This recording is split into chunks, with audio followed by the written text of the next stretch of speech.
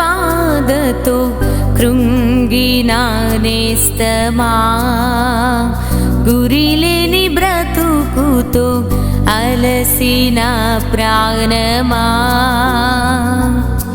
తన కరములు చాచి నిన్ను పిలుచుచున్నాడు, తన కరములు చాచి నిన్ను పిలుచుచున్నాడు. ఆదరిస్తాడు, ఆదరిస్తాడు యేసు ఆశ్చర్యకరుడు, యేసు ఆశ్చర్యకరుడు, యేసు ఆశ్చర్యకరుడు.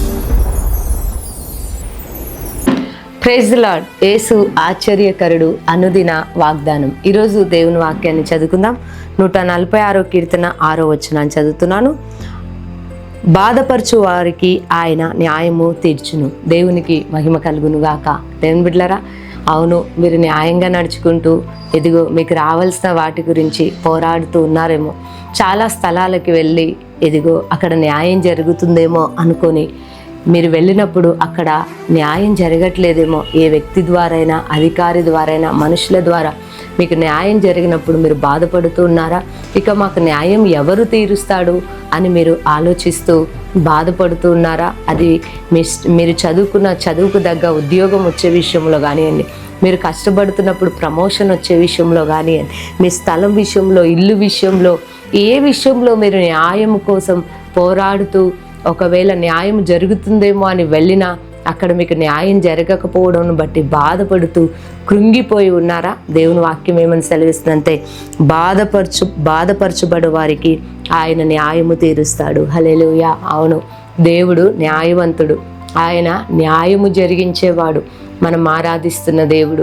ఈ లోకంలో మనుషులు న్యాయంగా పరిపాలన చేయకపోవచ్చు, న్యాయపు తీర్పు తీర్చకపోవచ్చు, న్యాయంగా వారు నడుచుకోకపోవచ్చు, న్యాయం మీ పక్కన ఉన్నా అయినా వారు అన్యాయంగానే తీర్పు తీరుస్తూ ఉండొచ్చు. అలాంటి పరిస్థితుల్లో మీరు బాధపడుతున్నారా? అయితే బాధపడుతున్న నేను దేవుడు చూస్తూ ఉన్నాడు. ఆయన అంటున్నాడు, ఇదిగో బాధపడుతున్నావా? నాకు న్యాయం జరగట్లేదే, నాకు అన్యాయం జరుగుతుందే, ఎందుకు నా విషయంలో ఇది జరగట్లేదు అని నువ్వు బాధపడుతున్నావా? అయితే ప్రభు అంటున్నాడు, నీకు నేను న్యాయం తీర్చబోతాను అంటున్నాడు. అది ఏ విషయంలోనైనా, నీ కుటుంబ విషయంలో కానివ్వండి, నీ ఉద్యోగ విషయంలో, వ్యాపార విషయంలో, నీకు రావాల్సిన దాని విషయంలో, ఆస్తి అయినా, ఏ విషయమైనా ఇదిగో నువ్వు న్యాయంగా ఉండి పోరాడుతూ బాధపడుతూ ఉంటే ఆయన నీ బాధని దృష్టించి ఉన్నాడు. నీకు ఆయన న్యాయము తీర్చబోతున్నాడు.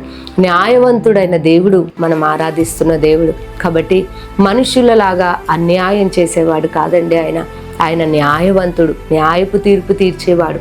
కాబట్టి ఆయన ఈరోజు నీతో మాట్లాడుతున్నాడు, నేను నీకు న్యాయము జరిగించేదను.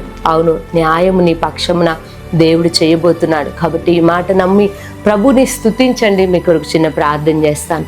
సర్వశక్తి గల దేవా, స్తోత్రం నాయన. ఎంతమంది బిడ్డలు బాధపడుతున్నారు, నాకు న్యాయం జరగట్లేదు, ఎక్కడికి వెళ్ళినా న్యాయం జరగట్లేదు అని బాధపడుతున్నారు. వారికి మీరు న్యాయము తీర్చబోతున్నానని మాట్లాడారు. అవునయ్యా, మీరు న్యాయవంతుడు అయ్యా, వారికి న్యాయము తీర్చి మేలు చేయమని యేసు నామంలో ప్రార్థిస్తున్నాను తండ్రి. ఆమెన్. దేవుడు మిమ్మల్ని దీవించును గాక.